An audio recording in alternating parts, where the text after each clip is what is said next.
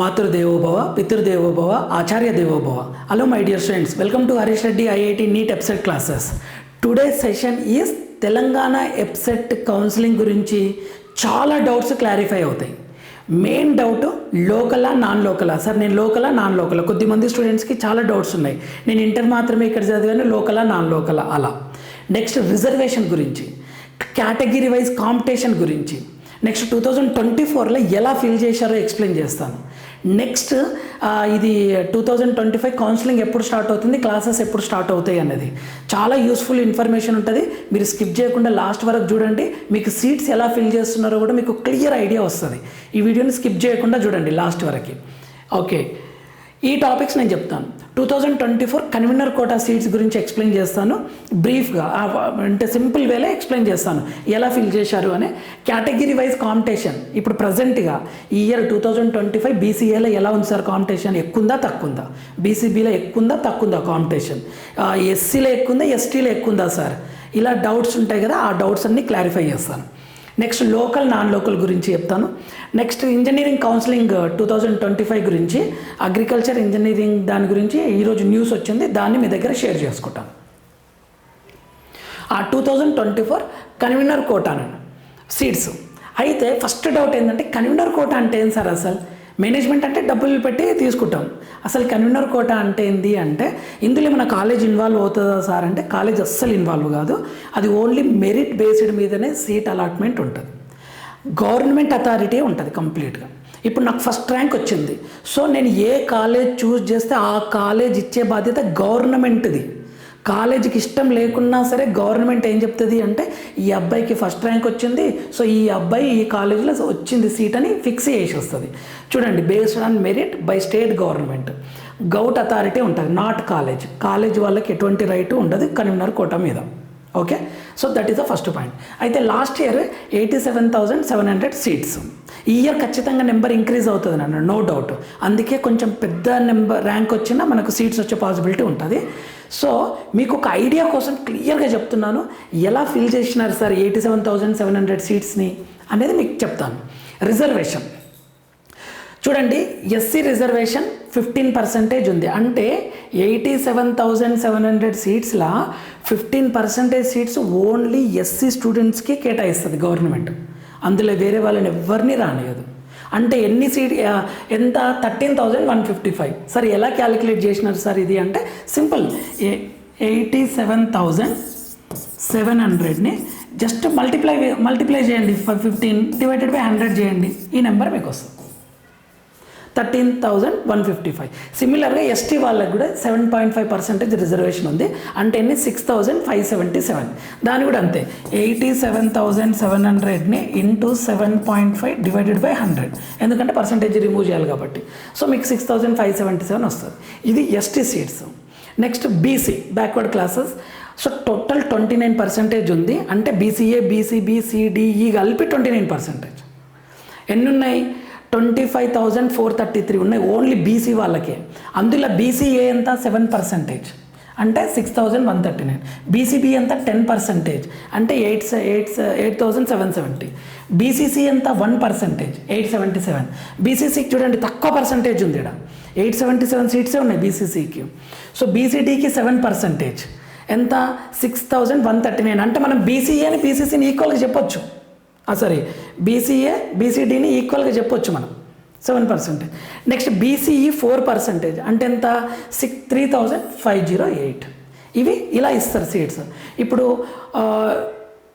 Seats increase అయినా calculation మాత్రం ఇదే 15%, 7.5 to 29. అంటే మొత్తం ఇది బీసీ మొత్తం కలిపి చూడండి నన్ను, ఇవన్నీ యాడ్ చేస్తే 29% వస్తుంది. ఓకే, ఇలా చూడండి. నెక్స్ట్ ఈడబ్ల్యూఎస్ పర్సంటేజ్ 10% ఉంది ఈడబ్ల్యూఎస్. ఓకే, సో 87,700 కదా, 10% అంటే ఎంత 8,770. PWD person with disability, okay 3% ఉంది. అంటే 2,631 సీట్స్ ఓన్లీ ఆ పర్సన్స్కే వస్తుంది. Next sports quota 0.5%, sports quota ఎంత 438 సీట్స్. Next NCC 1%, 877. ఇలా మనకు రిజర్వేషన్ తీసుకొని వాళ్ళకి ఆ కేటగిరీ వాళ్ళకి ఇస్తారు. ఇంకా లాస్ట్కి ఓసీ, ఇది ఓపెన్ కేటగిరీ. ఇది ఓన్లీ మెరిట్ బేస్డ్గానే తీసుకుంటారు, మెరిట్ బేస్డ్గానే. ఇక రిమైనింగ్ పర్సంటేజ్ ఎంత, 66% టోటల్ యాడ్ చేస్తే 66 అవుతుంది, రిమైనింగ్ 34% అంటే 29,818 సీట్స్ని మెరిట్ బేస్డ్గా ఇస్తారు, మెరిట్ బేస్డ్గా ఇస్తారు. ఓకే, ఇది రిజర్వేషన్ యొక్క ఎక్స్ప్లెనేషన్ సింపుల్ వేలో. ఇప్పుడు చూద్దాం అసలు ఈ ఇయర్ సంగతి 2025. సార్ మా 2025 గురించి చెప్పండి సార్, మాకు ఇది కదా మెయిన్ ఇంపార్టెంట్ అని. ఆల్మోస్ట్ సేమ్ ఉంటుంది నాన్న 24-25, కాకపోతే సీట్స్ ఎక్కువ ఉంటాయి. కొన్ని కాలేజెస్లలో మనకు ర్యాంక్ ఎక్కువ వస్తుంది. అయితే 2022 నుంచి ఏమంటారు పర్సంటేజెస్ ఇచ్చిండు. 24లో చూడండి 74.98% పాస్ అయితే క్వాలిఫై అయితే, దీంట్లో అగ్రికల్చర్లో 89.67 అయ్యారు.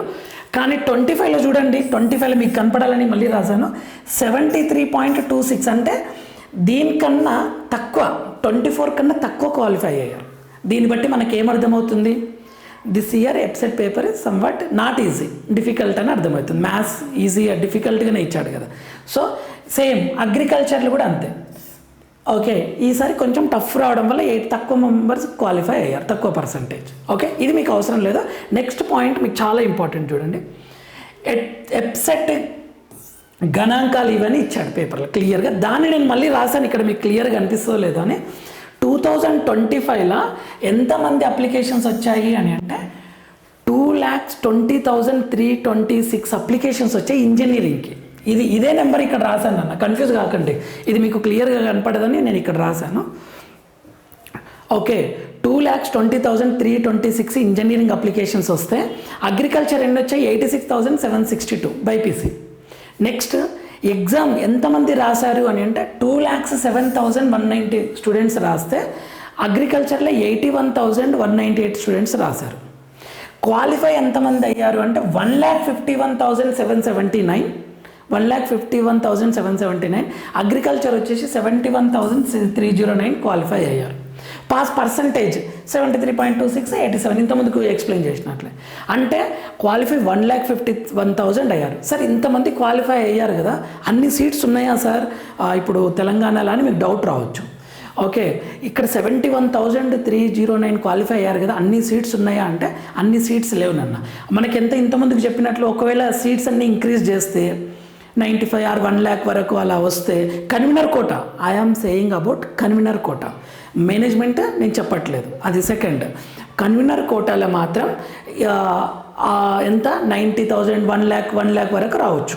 ఓకే, కొద్దిమంది బెస్ట్ కాలేజ్ కావాలని మేనేజ్మెంట్ కన్వీనర్ కోటా కింద వచ్చిన కొద్దిమంది స్టూడెంట్స్ మనీ అడ్జస్ట్ అయిన వాళ్ళు కొంచెం వేరే కాలేజెస్ తీసుకునే పాసిబిలిటీస్ ఉంటాయి, చాలా ఈక్వేషన్స్ ఉంటాయి. ఓకే, సో దీని లోపల క్లియరా. నెక్స్ట్ ఇప్పుడు ఇది మీకు అవసరం, ఇది 2025 ఇదేనన్న ఇక్కడ ఇచ్చిందే, నేను ఇక్కడ మళ్ళీ రాశాను, డోంట్ కన్ఫ్యూజ్. ఈసారి దేంట్లో ఎక్కువ కాంపిటీషన్ ఉందో చూద్దాం. క్వాలిఫైడ్ 2025 ఇది 2025 బీసీఏలా అన్నీ ఉన్నాయి, ఏబిసిడిఈ ఓసీ కూడా ఉంది ఇక్కడ. బీసీఏలా ఇంజనీరింగ్లో 9,817 క్వాలిఫై అయ్యారు, అగ్రికల్చర్లో 4,249 అయ్యారు. బీసీబీలో 29,816 అయ్యారు, ఇక్కడ అగ్రికల్చర్లో 8,872 అయ్యారు. అంటే సింపుల్గా చెప్పాలంటే ఈ బీసీలల్లో మనకు బీసీబీ కాంపిటీషన్ ఎక్కువ ఉందని అర్థం. మీకు ఒక ఐడియా వస్తుంది కదా ఇప్పుడు.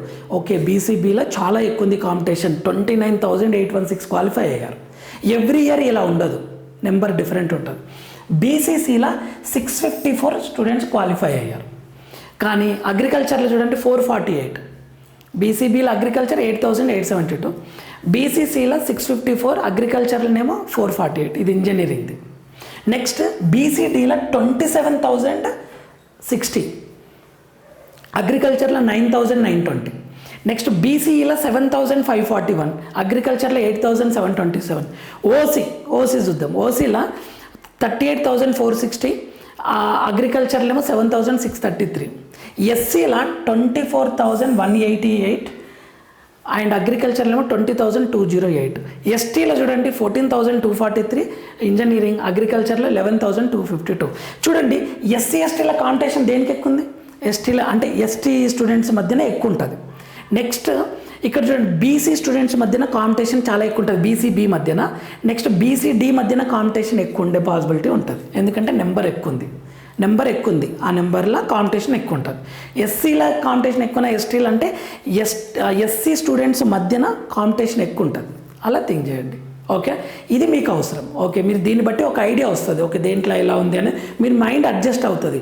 ఓకే, నాకు బెస్ట్ కాలేజ్ వస్తుందా, నార్మల్ కాలేజ్ వస్తుందా అన్నది. Next convener quota.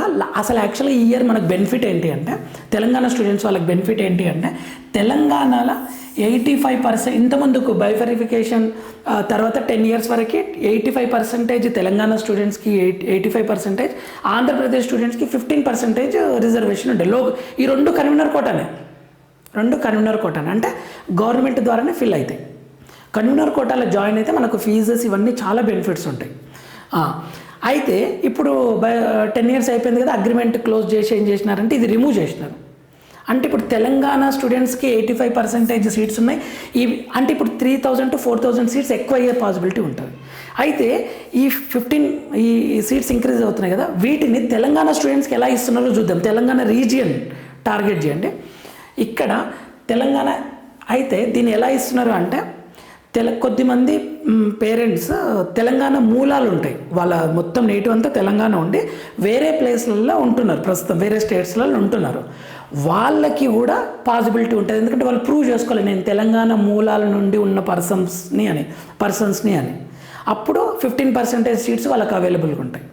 రెండోది ఏంటి అంటే, కొద్దిమంది నాన్ లోకల్ వేరే స్టేట్స్ వాళ్ళు ఉంటారు, కానీ వాళ్ళు తెలంగాణలో సెంట్రల్ గవర్నమెంట్ జాబ్స్ ఉంటాయి కదా, సెంట్రల్ గవర్నమెంట్ జాబ్స్ కానీ స్టేట్ గవర్నమెంట్ జాబ్స్ కానీ ఇక్కడ జాబ్ చేస్తుంటారు తెలంగాణలో. ఓకే, వాళ్ళకి ఈ సీట్స్ ఇచ్చారు నాన్ లోకల్ కోటా కింద. ఓకేనా, మళ్ళీ చెప్తున్నాను, తెలంగాణ మూలాల నుండి వేరే ప్లేస్లో నివసించే వారికి 15% కోటా కింద వస్తాయి ఈ సీట్స్. వీటిని డిస్టర్బ్ చేయట్లేదు, వీటి జోలికి వెళ్ళారు. నెక్స్ట్ కొద్దిమంది పీపుల్ వేరే స్టేట్ వాళ్ళు యాక్చువల్గా, కానీ సెంట్రల్ గవర్నమెంట్ జాబ్ ఇక్కడే ఉంటుంది వాళ్ళది, మొత్తం ఇక్కడనే అలర్ట్ అయి ఉంటారు. ఓకే, స్టేట్ మదర్ కానీ ఫాదర్ కానీ ఎవరైనా సరే, ఇద్దరని కదా, ఎవరైనా జాబ్ చేస్తుంటే అప్పుడు give seat in non local quota కింద ఈ 15% కింద ఇస్తారు. సార్ ఇది ఎక్కడ ఇచ్చారు సార్, ఇది ఎలా చెప్తున్నారు, నాకు ఒక ప్రాపర్ డాక్యుమెంట్ కావాలంటే ఇక్కడ చూడండి, ఇక్కడ ఇచ్చారు చూడండి. ఓకే, ఇక్కడ క్లియర్ లేదు, అందుకే నేను మీకు రాశాను. ఇక్కడ ఏమన్నారు అంటే, విద్యా సంవత్సరం కొత్త ఉత్తర్వుల ప్రకారం తెలంగాణలో కన్వీనర్ కోటాలో 15% సీట్ పొందే అవకాశం లేదు. ఎవరికి? ఏపీ వాళ్ళకి. ఇక్కడ చూడండి, తెలంగాణ మూలాలున్న కుటుంబాలను విద్యార్థులు మాత్రమే రాష్ట్ర ప్రభుత్వం, అంటే విద్యార్థులకు మాత్రమే ఇది రాష్ట్ర మూలాలు ఉన్న వాళ్ళకు మాత్రమే ఇస్తుందని రాష్ట్ర ప్రభుత్వం డిసైడ్ చేసుకుంది. ఇంకొకటి ఏంటంటే, తెలంగాణకు చెంది ఇతర రాష్ట్రాల్లో నివాసం ఉంటున్న వారు ఇతర రాష్ట్రాల వారు అయి ఉండి తెలంగాణలో స్థానిక అర్హత లేకపోయినా వారి పేరెంట్స్, నేను చెప్పాను కదా, వారి పేరెంట్స్ కేంద్ర రాష్ట్ర ప్రభుత్వ ఉద్యోగం అంటే central government or state government job చేస్తున్నట్లయితే 15% నాన్ లోకల్ కోటా కింద పొందొచ్చు సీట్స్. ఓకే, ఇది ఇంపార్టెంట్. అందుకే ఇక్కడ నెంబర్ కూడా ఇచ్చింది చూడండి, 3500 to 4000 సీట్స్ ఇంక్రీజ్ అవుతున్నాయి అని. సో ఈ పాయింట్స్ని బేస్ చేసుకుని నేను మీకు క్లియర్ చెప్తున్నాను, ఇది క్లియర్ ఐడియాతో చెప్తున్నాను. Next local and non local quota, దాన్ని కూడా ఇక్కడనే ఉంది, దాన్ని మీకు క్లియర్ కనపడాలని చెప్పాను. లోకల్ ఎలా డిసైడ్ చేస్తున్నారు సార్ అంటే, నువ్వు 6th నుంచి 12th వరకు how many years, 6th, 7th, 8th, 9th, 10th, 11th, 12th 7 years కదా, 7 years టోటల్లా ఏవైనా 4 years నువ్వు తెలంగాణలో చదివి ఉండాలి. తెలంగాణలో చదివి ఉండాలి. మినిమం 4 years తెలంగాణలో చదివి ఉండాలి. అది ఏ 4 years సార్ అంటే 6th to 9th, 6th, 7th, 8th, 9th 4 years, are 9th, 10th, 11th, 12th ఈ 4 years నువ్వు తెలంగాణలో చదివితే then you are comes under local student. ఇది ఒకటి. ఓకే, ఇది ఇంపార్టెంట్. సార్ కొద్ది మందికి డౌట్ వస్తుంది, సార్ 10th వరకు మేము ఏపీలో చదివాం సార్, సో ఇంటర్ మాత్రమే హైదరాబాద్లో చదివాను, హైదరాబాద్లో పర్టికులర్ కాలేజ్లో చదివాము. ఇప్పుడు మేము తెలంగాణ లోకల్ నాన్ లోకల్ అంటే నాన్ లోకల్ ఓన్లీ ఇంటర్ అంటే ఎన్ని సంవత్సరాలు, ఇది 2 years కదా, 2 years చదివితే నాన్ లోకల్ అవుతారు. ఫర్ ఎగ్జాంపుల్ సార్, నేను 6th to 10th తెలంగాణలో చదివాను, 6th to 10th తెలంగాణలో చదివాను.